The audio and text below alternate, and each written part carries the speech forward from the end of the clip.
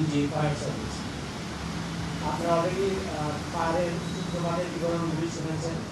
তো ফায়ার সার্ভিসের আমাদের প্রথম যে তিনটা দল অগ্নিকাণ্ডের সাথে সম্পৃক্ত হয়, এর মধ্যে 7 নম্বর ভবনের পশ্চিম অংশে 6ষ্ঠ তলায় সিঁড়িতে একটা 52 এবং মধ্যখানের সিঁড়িতে একটা 58 এবং পূর্বাংশের সিঁড়িতে 2টা 7 গড়িয়ে তারা ফায়ার সার্ভিস শুরু করে। আপনারা ইতিমধ্যেই জেনেছেন যে ফায়ারটা পূর্ণ বিকশিত অবস্থায় ছিল, অর্থাৎ ফুলি ডেভেলপড অবস্থায় ছিল। এবং আমাদের ফায়ার ফাইটিং টিম যখন সিঁড়িতে পৌঁছায় তখন যে করিডোর ছিল, করিডোরগুলিতে আপনার ফায়ারটা বিকশিত অবস্থায় থাকার কারণে, ফুলি ডেভেলপড অবস্থায় থাকার কারণে আগুনের মাত্রা তাপমাত্রা ছিল উত্তর। এর মধ্যে আমাদের ফায়ার ফাইটার থেকে কাজ করতে হয়েছে। পাশাপাশি আমাদের বিভিন্ন স্টেশন থেকে আমাদের ইউনিটগুলি মুভ করেছিল।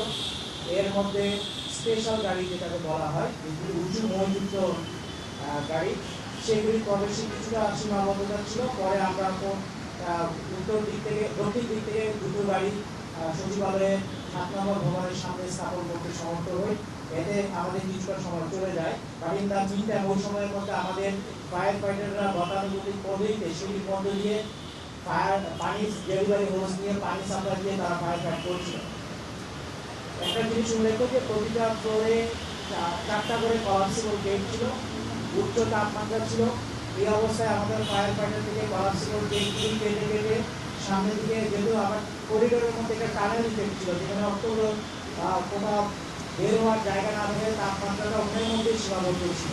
ওই অত্যধিক তাপমাত্রার মধ্যে তাদের কাজ করতে হয়েছে এবং কলাপসিবল গেট কেটে কেটে ধীরে ধীরে ফায়ার কন্ট্রোল করে তাদেরকে আগাতে হয়েছে। এবং এক সময় তাদেরকে 6 তলা থেকে 7 তলার গেটে যাওয়ার জন্য আগে 6 তলা থেকে ক্লিয়ার করতে হয়েছে। একটা জিনিস উল্লেখ্য যে এখানে যেহেতু ইন্টেরিয়র ডিজাইন ছিল, ছাদগুলিতে প্রচুর ইন্টেরিয়র ডিজাইনের জিনিসপত্র ছিল এবং এখানে বৈদ্যুতিক কেবল এবং অন্যান্য তারের একটা সমাবেশ ছিল।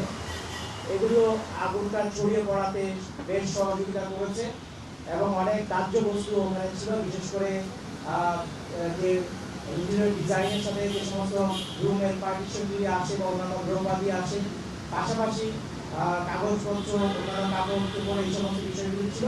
বাট আমাদের ফায়ার ফাইটাররা সেই অতিক্রম করে তারা ফায়ার ফাইট কন্টিনিউ করেছে। আর এই ভবনটিতে alarm detector system, control panel এবং ওয়াটার স্প্রিংলারের ঘাটতি ছিল না। এবং ফ্লোরে যে হোস পাইপ সিস্টেম ছিল সেগুলি কোনোটা কাজ করেছে, আবার অনেকগুলি নজল বেরিয়েছিল। ফলে আমাদের নিজস্ব যে হোস পায়ার বা ডেলিভারি পায়ার সিস্টেমের মধ্যে ফায়ার কন্ট্রোল করা, সেটা করতে হয়েছে এবং সেটাতে একটু সময় লেগেছে। সচিবালয়ের ওয়াটার রিজার্ভারে পানি মজুদ ছিল, আমরা পানিটা ব্যবহার করেছি, 3টি স্থানে ছিল। বাট 3টি ওয়াটার রিজার্ভারে মজুদ পানি দিয়ে এত বড় ফায়ার কন্ট্রোল করা সম্ভব ছিল না। সেই জন্য আমরা ওসমানী সিটি মিলনায়তন থেকেও পানি আনার ব্যবস্থা গ্রহণ করি। আপনারা জানেন ওই সময় দুঃখজনকভাবে আমাদের একজন ফায়ার ফাইটার শাহাদত বরণ করেন, রাজন। এছাড়া আমাদের এই কার্যক্রমে ওয়াসা কর্তৃপক্ষ আমরা পানি সরবরাহ পেয়েছি, যেহেতু প্রচুর পানির প্রয়োজন হয়েছে দীর্ঘ সময় ধরে আগুন নির্মাণের কাজে। সর্বোপরি আমরা সকাল 8টা 5 মিনিটে আমরা আগুন সম্পূর্ণ নিয়ন্ত্রণে নিয়ে আসি এবং 11টা 45 সম্পূর্ণ নির্বাপন হিসেবে আমরা ঘোষণা দিই। আপনাদের সবাইকে ধন্যবাদ।